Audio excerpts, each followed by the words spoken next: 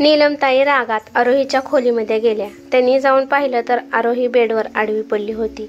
तिचे डोळे बंद होते. तिला असं निवांत झोपलेलं पाहून नीलमताई रागात म्हणाल्या, आरोही, तू अजून पण झोपली आहेस? मी तुला कालच सांगितलं होतं की सकाळच्या वेळी नाश्त्याला पावभाजी बनव, तर मग तू पावभाजी का बनवली नाही? आरोहीने हळूच डोळे उघडले. तिचा चेहरा खूपच सुकला होता आणि तिला ताप पण आला होता. ती हळू आवाजात नीलमताईला म्हणाली की, आई, माझी तब्येत खराब आहे. मला खूप ताप आला आहे. मी उद्या पावभाजी बनवते. आज जमणार नाही. तुम्हाला खूपच खाऊ वाटत असेल तर तुम्ही स्वतःच्या हाताने आज प्लीज बनवा. आरोहीच्या तोंडून हे बोलणं ऐकून नीलमताईला खूप राग आला आणि त्या रागातच बाहेर बाल्कनीत गेल्या आणि त्यांच्या मुलाला मोहितला म्हणाल्या की, हे बघ मोहित, तुझी बायको आजारपणाचं नाटक करत आहे. तिला 2 कानाखाली ठेवून दे आणि ओढत किचनमध्ये घेऊन जा. तेव्हा तिला समजेल की हे तिचं माहेर नसून सासर आहे. आईचं बोलणं ऐकून मोहितला खूप राग आला. तो रागातच बेडरूमकडे निघाला, पण बेडरूम मधला नजारा पाहून तो तिथे स्तब्ध झाला. कारण आरोही खरंच खूप आजारी होती. तिचं पूर्ण शरीर तापाने फणफणत होते. तिचे अंग थरथर कापत होते. तिच्या डोळ्यातून अश्रू पण येत होते. तिने अंगावर ब्लँकेट पांघरले होते. बाहेर नीलमताई बडबड करत होत्या की सुनेने आधी घरातली काम करावे, सासरला माहेर समजायचा अजिबात प्रयत्न पण करायचा नाही. आपल्या बायकोची हालत पाहून मोहित जरा शांत झाला. नीलमताई ओरडत म्हणाल्या की, सून असताना मला कामे करावे लागणार आहे का? मी कालच हिला पावभाजी बनवायला सांगितली होती, तर हिने आज आजारपणाचं नाटक लावलं आहे. काम करायला नको म्हणून हे सगळं नाटक ही करत आहे. आपल्या बायकोची हालत पाहून मोहितचं मन पाघळलं. तो म्हणाला की, काही झालं तरी आज आरोही किचनमध्ये जाणार नाही. आपल्या मुलाचं बोलणं ऐकून नीलमताई त्याच्या जवळ आल्या आणि म्हणाल्या की, हे काय बोलत आहेस? मी तुला सांगितलं होतं की हिला मारून चांगलं वठणीवर आण आणि हिला किचनमध्ये कामाला लाव, आणि तू हिला किचनमध्ये लावण्यासाठी नकार देत आहे. डोक्यावर पडला आहेस का? मोहितने दीर्घ श्वास घेतला आणि म्हणाला की, आई, जर तू अशी आजारी असती आणि जर तुला आजीने जबरदस्तीने कामाला लावले असते तर तुला कसे वाटले असते? आई, तुझ्या आयुष्यात ते सगळं घडून गेलं आहे आणि तेच तू आरोही सोबत का करत आहेस? मोहितच्या बोलण्यावर नीलमताई टाळ्या वाजवू लागल्या आणि म्हणाल्या की, अरे वा बेटा, आज तर तू मला हे दाखवून दिलं की तू पूर्णपणे बायकोचा बैल बनला आहेस. आईचं बोलणं ऐकून मोहितने खाली मान घातली आणि हळू आवाजात म्हणाला की, आई, जेव्हा तू आजारी होते आणि बाबा तुझी काळजी करत होते तेव्हा ते पण बायकोचे बैल होते का ग? आता मोहित गप्प बसत नव्हता. तो पण बोलू लागला होता. मोहित आणि नीलमताईचं बोलणं ऐकून मोहितचे वडील पण तिथे आले. तिथली परिस्थिती काय आहे हे त्यांना समजले. त्यामुळे ते नीलमताईला म्हणाले की, नीलम, जरा खोलीमध्ये ये, मला तुझ्यासोबत बोलायचं आहे. आपल्या नवऱ्याला प्रदीपरावांना पाहून नीलमताई घाबरल्या आणि लगेचच खोलीमध्ये गेल्या. आईच्या पाठीमागे मोहित पण दरवाजापर्यंत आला. खोलीमध्ये आता फक्त आरोही होती. कणकणीमुळे तिच्या डोळ्यातून अश्रू येत होते. ती विचार करते की पहिल्या वेळेसच मी खूप आजारी पडली आहे, तर सासू माझ्यासोबत किती विचित्र वागत आहे. एवढ्या दिवस तर मी खूप मनापासून माझ्या सासूची काळजी घेत होती. आपल्या सासूचे टोमणे ऐकून पण ती सासूची सेवा करत होती. पण आज तिला कोणाच्या तरी आधाराची गरज आहे, तर पण तिला परक्यासारखी वागणूक मिळत आहे. खोलीत गेल्यावर प्रदीपराव नीलमताईला म्हणाले की, नीलम, तू हे काय लावलं आहेस? माझी आई जशी तुझ्यासोबत वागली तशीच तू सुनबाईसोबत वागत आहेस. नीलमताई रागात म्हणाल्या, मी तर फक्त तिला नाश्ता करण्याबाबत बोलत आहे, परंतु ती तर आजारपणाचं नाटक करून मस्तपैकी झोपली आहे. प्रदीपराव म्हणाले, नीलम, जर कोणी आजारी असेल तर आपण त्याला आराम करण्यासाठी सांगतो, सुनबाई पण एक माणूस आहे, मशीन नाही जिला न थांबता आपण वारंवार काम सांगावे. नीलमताई प्रदीपरावांना म्हणाल्या की हे बघा, मी तुमच्या आईसारखी अजिबात नाही. जर मी तुमच्या आईसारखी बनली तर आरोही 1 मिनिट पण या घरात टिकणार नाही. असं म्हणून नीलमताई तेथून निघून गेल्या. प्रदीपराव शांतपणाने तेथील एका खुर्चीवर बसले.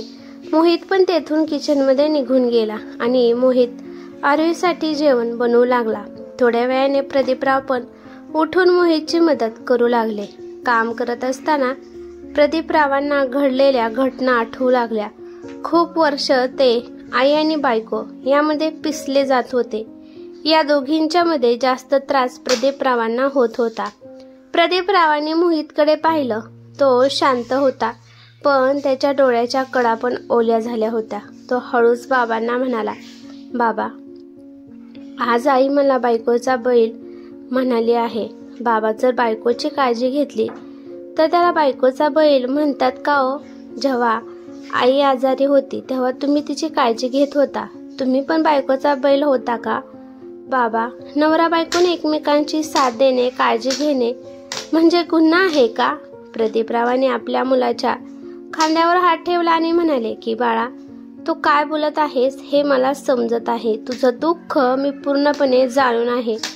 कधी कधी मी पण आपल्याच माणसामध्ये अडकून बसलो होतो आणि जे माझ्यासोबत घडलं ते आज तुझ्यासोबत घडत आहे. घरातलं वातावरण खूपच तणावग्रस्त झालं होतं. घराचा प्रत्येक कोपरा शांत शांत होता. आरोहीचं मन पण असं शांत झालं होतं. आरोहीला आता या घराची नाही तर नात्याचीच भीती वाटू लागली होती. आणि इकडे मोहित आपल्या आईचं वागणं पाहून मनातल्या मनात तुटत होता.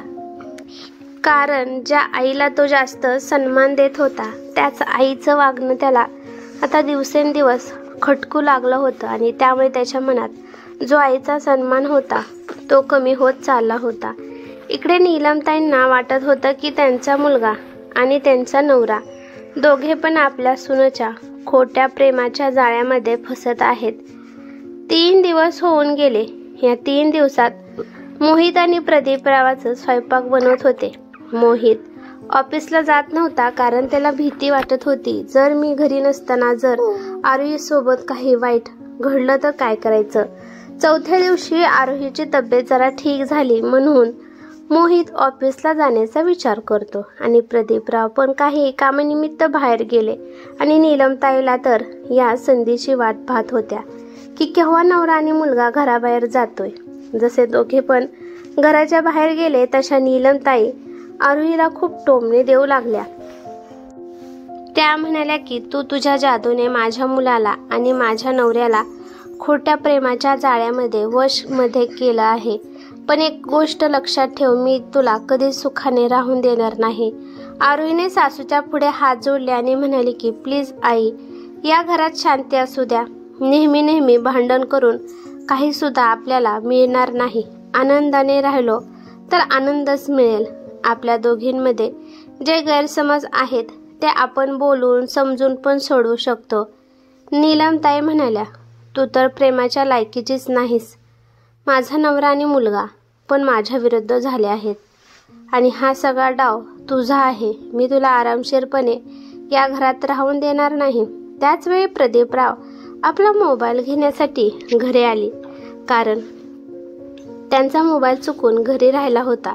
पण त्यांनी नीलमताईचं सगळं बोलणं ऐकलं कारण त्या खूप मोठमोठ्याने बोलत होत्या. त्यांचं बोलणं ऐकून प्रदीपराव शांत बसले आणि काहीतरी विचार करू लागले. ते विचार करतात की आता नात्यामध्ये फक्त कडवटपणात शिल्लक राहिला आहे. ते नीलमताईला काहीच म्हणाले नाही. मोबाईल घेऊन ते बाहेर निघून गेले. संध्याकाळी ऑफिसमधून मोहित घरी आला. त्याच्या चेहऱ्यावरून त्याचा कंटाळा आणि तणाव स्पष्ट दिसत होता.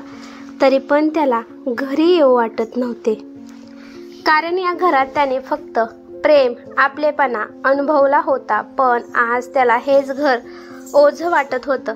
प्रदीपराव मोहितपाशी जाऊन बसले आणि म्हणाले की मोहित, मी तुझ्यासाठी काहीतरी विचार केला आहे. मी तुझी गृहस्थी वेगळी थाटणार आहे. नीलमताई पण तिथेच होत्या. नवऱ्याचं बोलणं ऐकून त्यांच्या तर पायाखालची जमीनच सरकली. मोहित पण म्हणाला, बाबा तुम्ही हे काय बोलत आहात?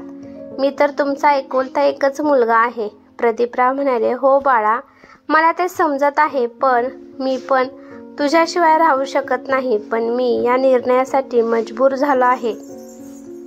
या घरात शांती येण्यासाठी हे करणं महत्त्वाचं आहे. तुझ्या आईने तर हा निर्णय घेतला आहे की ती कधीच आरोहीला सुखाने जगून देणार नाही. आपण नेहमीच दुःखात राहू शकत नाही. त्यामुळे तुम्ही आमच्यापासून वेगळं राहायला पाहिजे. आपल्या बाबाचं बोलणं ऐकून मोहितचे डोळे भरून आले. आपल्या बाबांनी सांगितल्याप्रमाणे त्याने त्याचं आणि आरोहीचं सामान पॅक केलं आणि त्यांच्या 1 वर्षाच्या मुलाला घेऊन दोघे पण एकमेकांचा हात हातात घेऊन तेथून निघून जाऊ लागले. आज प्रदीपरावांनी त्यांच्यासाठी मोहितच्या ऑफिसच्या शेजारीच एक फ्लॅट पाहिला होता. त्याच फ्लॅटमध्ये ते दोघे राहायला गेले.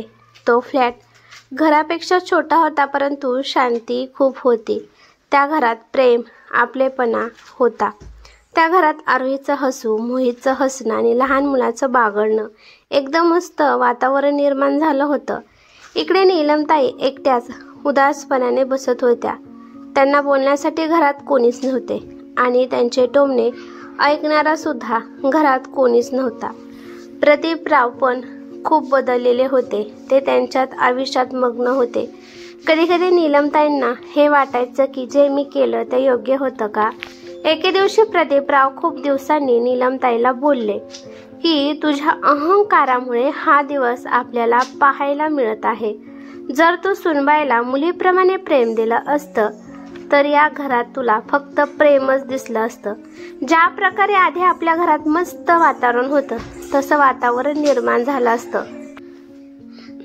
प्रदीपरावांचं बोलणं ऐकून नीलमताईचं हृदय हेलावून गेलं. चहा पित असताना त्यांचा हात थरथर कापू लागला. त्यांना हे समजायला उशीर झाला की चूक त्यांचीच होती, पण आता उशीर झाला होता. त्यांच्या डोळ्यातून अचानक अश्रू येऊ लागले आणि स्वतःला समजावत म्हणाल्या की नाही, अजून उशीर झाला नाही. मला माझ्या सुनपाशी आणि मुलापाशी जायचं आहे. माझ्याकडून खूप मोठी चुकी झाली. मी माझ्या सुनकडून माफी मागायला तयार आहे. तरी पण ती नाही तयार झाली तर मी तिच्या पाया पडून तिची माफी मागणार आहे. नीलमताईच्या तोंडून हे ऐकून प्रदीपरावांना खूप हलकं वाटलं. त्यांनी लगेचच मोहितकडे जाण्याचा निर्णय घेतला. काही वेळाने प्रदीपराव आणि नीलमताई मोहितच्या फ्लॅटपाशी येऊन थांबले. नीलमताईने दाराची बेल वाजवली. आरोहीने लगेचच दरवाजा उघडला. तिने जेव्हा सासू सासऱ्यांना पाहिलं तेव्हा तिचा चेहरा आनंदाने खुलला. आरोहीने त्या दोघांना आतमध्ये येण्यासाठी बोलावले. प्रदीपराव आतमध्ये आले व नीलमताई बाहेरच थांबल्या. आरोही नीलमताईला म्हणाली, आई काय झालं आहे? तुम्ही तिथे का थांबला आहात? नीलमताई हात जोडून म्हणाल्या, सुनबाई मला माफ कर. माझ्याकडून खूप मोठी चुकी झाली. आमच्यासोबत तुम्ही सगळे घरी चला. तोपर्यंत मोहित पण ऑफिसवरून आला होता. आपल्या आई वडिलांना पाहून तो आश्चर्यचकित झाला. मोहितला पाहून नीलमताई म्हणाल्या, बाळा सुनबाईला घेऊन आपल्या घरी चल. मी आता कधीच तिला त्रास देणार नाही. मी तुला वचन देते. आजपासून मी तिला फक्त मुलीप्रमाणे प्रेम देते. आपल्या सासूचं बोलणं ऐकून आरोहीच्या डोळ्यातून अश्रू आले आणि ती तिच्या सासूचा हात हातात घेत म्हणाली, आई तुम्ही माझी माफी मागू नका. मला तर फक्त एवढंच वाटतं की आपण सगळ्यांनी मिळून एकत्र आनंदाने आयुष्य घालवावं. त्यानंतर आरोही आणि मोहित आपलं सामान घेऊन आनंदाने आपल्या हक्काच्या घरी आले. आता त्या घरात शांतता निर्माण झाली होती. त्यामुळे आपोआपच तिथे प्रेम, आपलेपणा, जिव्हाळा निर्माण झाला होता आणि ते सगळे मिळून आता एक आनंद परिवार प्रेमाने राहत होते. घर असावे घरासारखे, नकोत नुसत्या भिंती. इथे असावा प्रेम, जिव्हाळा, नकोत नुसती नाती. त्या शब्दांना अर्थ असावा, नकोच नुसती वाणी. सूर जुळावे परस्पराचे, नकोत नुसती गाणी. ही कथा कशी वाटली ते मला कमेंट करून नक्की सांगा. कथा आवडली तर लाईक शेअर नक्की करा आणि चॅनेलवरती नवीन असाल तर चॅनेलला सबस्क्राईब करा. धन्यवाद.